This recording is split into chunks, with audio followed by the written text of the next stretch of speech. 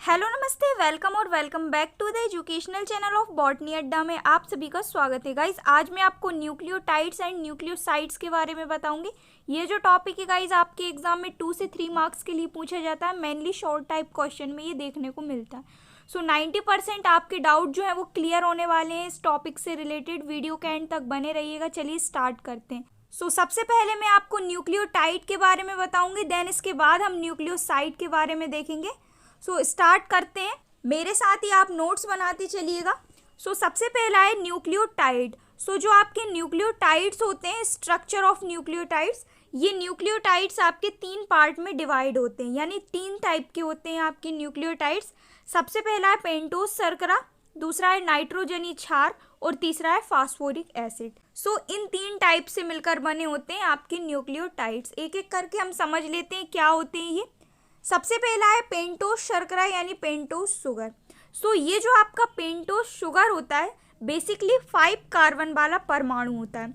इस टाइप से इसका स्ट्रक्चर होता है और जो आपको पॉइंट दिख रहा है उन पर आपके जो भी कार्बन परमाणु है वो शो होते हैं या फिर कहा जाए तो प्रेजेंट होते हैं। ठीक है। आपका जो पेंटोस शर्करा है नाम से स्पष्ट होता है पेंटोस, तो इसमें 5 कार्बन जो है वो बेसिकली प्रेजेंट होते हैं। ठीक है। इसके बाद दिया गया है जो आपका पेंटोस शर्करा है, डीएनए में डीऑक्सीराइबोस पेंटोस शर्करा को कहते हैं, जबकि आरएनए में इसे राइबोस शर्करा कहते हैं। इस टाइप से हम कह सकते हैं कि जो पेंटोस शर्करा है वो 2 टाइप का होता है। सबसे पहला है डीऑक्सीराइबोस शर्करा और दूसरा है राइबोस शर्करा। तो जो डीएनए होता है उसमें डीऑक्सीराइबोस शर्करा पाया जाता है जो कि आपका पेंटोस शर्करा होता है, और आरएनए में राइबोस शर्करा पाया जाता है जो कि आपका पेंटोस शर्करा होता है।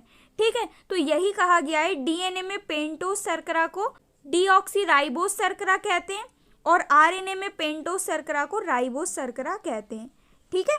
इसके बाद दिया गया है जब राइबोस शर्करा से एक ऑक्सीजन परमाणु निकल जाता है तो डीऑक्सीराइबोस शर्करा का निर्माण हो जाता है।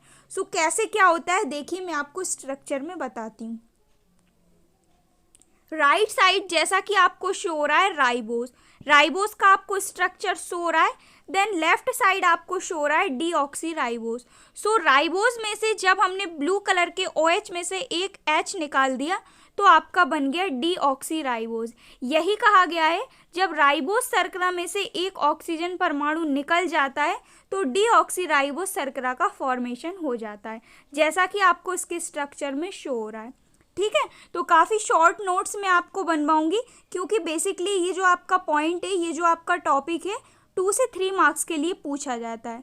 तो ये कंप्लीट हुआ आपका पेंटोस शर्करा जो कि न्यूक्लियोटाइड्स हैं। ठीक है। देन इसके बाद अब हम देखते हैं नाइट्रोजनी क्षारक यानी नाइट्रोजिनस बेसिस। देखिए नाइट्रोजिनस जो आपके बेसिस होते हैं ये 2 टाइप के होते हैं, प्यूरिन और पिरीमिडीन।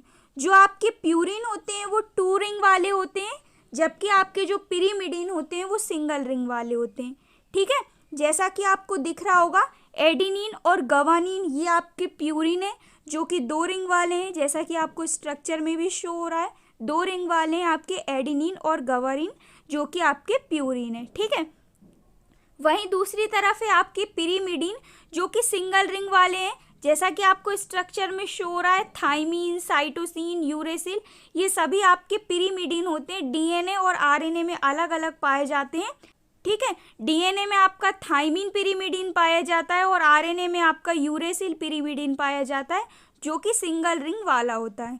ठीक है। इसके बारे में थोड़ा सा देख लीजिएगा। एडिनिन जो कि आपका डीएनए आरएनए दोनों में प्रेजेंट होता है। गवानिन भी आपका डीएनए आरएनए दोनों में प्रेजेंट होता है। साइटोसिन भी आपका डीएनए और आरएनए दोनों में प्रेजेंट होता है। जैसा कि मैंने आपको कहा डीएनए में ओनली ऑन थाइमीन पाया जाता है जो कि आपका पिरीमिडीन है, और यूरेसिल में आपका ओनली ऑन आरएनए पाया जाता है जो कि आपका पिरीमिडीन है। इन 2 पॉइंट को मेनली आप याद रखिएगा, थाइमीन जो कि डीएनए में प्रेजेंट होता है और यूरेसिल जो कि आरएनए में प्रेजेंट होता है। ठीक है। और ये आपके सिंगल रिंग वाले पिरीमिडीन होते हैं, जबकि प्यूरिन आपके 2 रिंग वाले होते हैं, जैसा कि दिया गया है एडिनिन और गवानिन। ठीक है। ये हुए आपके सेकंड टाइप के नाइट्रोजिनस बेसिस। ठीक है, जो कि आपके न्यूक्लियोटाइड्स हैं।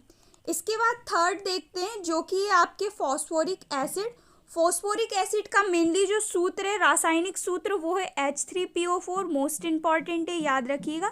साइड में आपको इसका स्ट्रक्चर भी शो हो रहा होगा H3PO4 का। देन इसमें दिया गया है पेंटोस शर्करा और डीऑक्सीराइबोस के साथ फॉस्फोडाइएस्टर बॉन्ड के द्वारा जुड़ा रहता है आपका फॉस्फोरिक एसिड। ठीक है, तो जो आपका फॉस्फोरिक एसिड होता है वो पेंटोस शर्करा और डीऑक्सीराइबोस के साथ फॉस्फोडाइएस्टर बॉन्ड के द्वारा बेसिकली जुड़ा रहता है। ठीक है, तो ये हुए आपके न्यूक्लियोटाइड जो कि 3 टाइप के होते हैं, फॉस्फोरिक एसिड, नाइट्रोजिनस बेस और पेंटोस शुगर। ठीक है, तो इतना आप कर लीजिएगा। आपके जो न्यूक्लियोटाइड है वो नाइट्रोजिनस बेस, पेंटोस शर्करा और फॉस्फोरिक एसिड से मिलकर बने होते हैं। ठीक है, अब हम देखते हैं न्यूक्लियोसाइड्स। न्यूक्लियोसाइड्स क्या होते हैं? जो आपके न्यूक्लियोसाइड्स होते हैं वो विशेष रूप से यकृत में डी नोवो संश्लेषण मार्ग के द्वारा उत्पादित किए जाते हैं।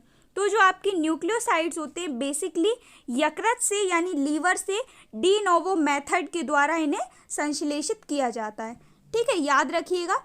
देन इसके बाद दिया गया है न्यूक्लियोसाइड्स भी नाइट्रोजन युक्त कार्बनिक क्षारक होते हैं एवं 5 कार्बन युक्त पेंटोस शर्करा से निर्मित होते हैं, लेकिन इनमें न्यूक्लियोटाइड की तरह फॉस्फोरिक एसिड नहीं पाया जाता है। तो जैसा कि मैंने आपको अभी बताया न्यूक्लियोटाइड में कि ये जो आपके न्यूक्लियोटाइड हैं वो फॉस्फोरिक एसिड, नाइट्रोजिनस बेस और पेंटोस शर्करा से मिलकर बने होते हैं, जबकि आपके जो न्यूक्लियोसाइड है मेन डिफरेंट है इनमें कि ये जो आपके न्यूक्लियोसाइड है ये आपके नाइट्रोजिनस क्षारक और पेंटोस शर्करा से निर्मित होते हैं। इससे पहले वाली डीएनए की वीडियो में भी मैंने आपको बताया था जो आपके न्यूक्लियोसाइड है वो नाइट्रोजिनस क्षारक और पेंटोस शर्करा से मिलकर बने होते हैं। इनमें फॉस्फोरिक एसिड एब्सेंट होता है, फॉस्फोरिक एसिड नहीं पाया जाता है। ठीक है, तो यही कहा गया है न्यूक्लियोसाइड भी नाइट्रोजन युक्त कार्बनिक क्षारक होते हैं एवं 5 कार्बन वाले पेंटोस शर्करा से निर्मित होते हैं, लेकिन इनमें फॉस्फोरिक एसिड नहीं पाया जाता है।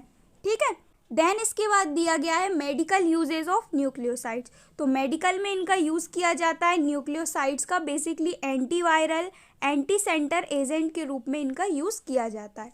ठीक है, इसके एग्जाम्पल मैं आपको बता देती हूँ, साइटिडीन, यूरिडीन, थाइमिडीन, एडिनोसाइन और गुआनोसाइन। ठीक है, तो ये इसके एग्जाम्पल हैं बेसिकली आपके न्यूक्लियोसाइड्स के। तो आई होप आपको वीडियो क्लियर हुआ होगा, कोई भी डाउट नहीं रहा होगा। कोई भी डाउट हो तो आप मुझे नीचे कमेंट कर सकते हैं। बहुत ही छोटा सा टॉपिक था ये आपका न्यूक्लियोसाइड और न्यूक्लियोटाइड, लेकिन मोस्ट इम्पॉर्टेंट टॉपिक है ये आपके एग्जाम के व्यू से यदि देखा जाए तो, क्योंकि 2 से 3 मार्क्स में ये आपका आता है। प्रीवियस से भी प्रीवियस ईयर पूछा गया था, इस बार पूछने के ज़्यादा चांसेस हैं, तो इसे आप कवर कर लीजिएगा, काफ़ी ज़्यादा ईजी है। नोट्स आप मेरे साथ बनाते जाइएगा। जैसे ही इन सभी के नोट्स पूरी तरीके से कंप्लीट हो जाएंगे तो मैं आपको टेलीग्राम पर अपलोड कर दूंगी सारे ही नोट्स बिल्कुल फ्री। ठीक है, सो मिलते हैं नेक्स्ट वीडियो में न्यू टॉपिक के साथ। Thank you so much for watching, keep on learning.